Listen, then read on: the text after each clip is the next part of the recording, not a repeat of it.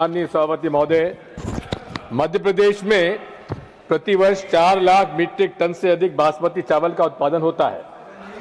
मध्य प्रदेश का बासमती चावल अन्य राज्यों से भी अच्छी किस्म का है, किंतु जीआई टैग नहीं मिलने के कारण पंजाब और अन्य राज्यों के व्यापारी मध्य प्रदेश के बासमती चावल पर अपने राज्य का जीआई टैग लगाकर उसे निर्यात करने का लाभ कमा रहे हैं।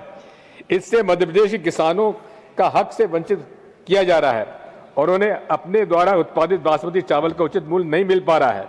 मध्य प्रदेश को बासमती चावल के लिए हमारे बड़े प्रयासों के साथ, जब मैं सांसद नहीं था उसके बाद भी माननीय शरद पवार साहब से मिलकर हम लोगों ने 2013 में बासमती चावल जो मध्य प्रदेश में पैदा होता है उसका जीआई टैग स्वीकृत करा दिया था, किंतु 2016 में मोदी जी की सरकार आने के बाद हमारा वो जीआई टैग निरस्त कर दिया गया।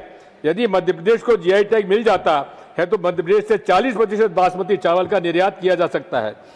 वर्तमान में उत्तर प्रदेश के आसपास अलग अलग उत्पादों के लिए 77 जीआई टैग हैं। उसे प्रधानमंत्री जी के निर्देश पर एक ही दिन में 21 जीआई टैग प्रदान किए गए, लेकिन मध्य प्रदेश का जीआई टैग नहीं लग दिया गया। मध्य प्रदेश के मामले में सरकार और एपीडा निष्क्रिय है।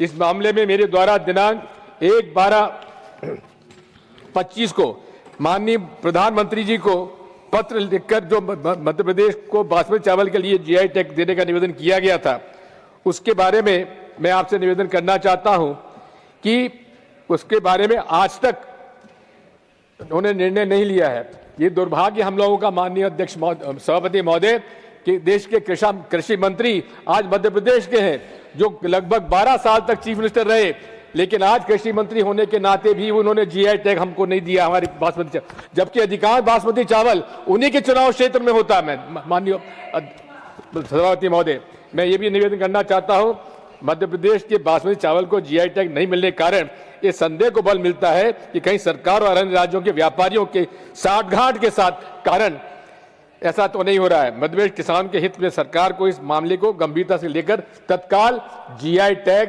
बासमती चावल मध्य प्रदेश को देना चाहिए।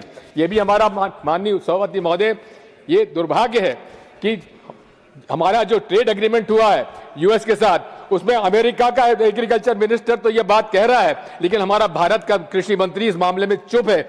वो स्पष्टीकरण देना चाहिए कि आखिर जो नया यूएस इंडिया का साथ समझौता हुआ है उसमें कृषि हमारे उत्पादकों के साथ, किसानों के साथ कोई अन्याय तो नहीं होगा। बहुत बहुत धन्यवाद माननीय।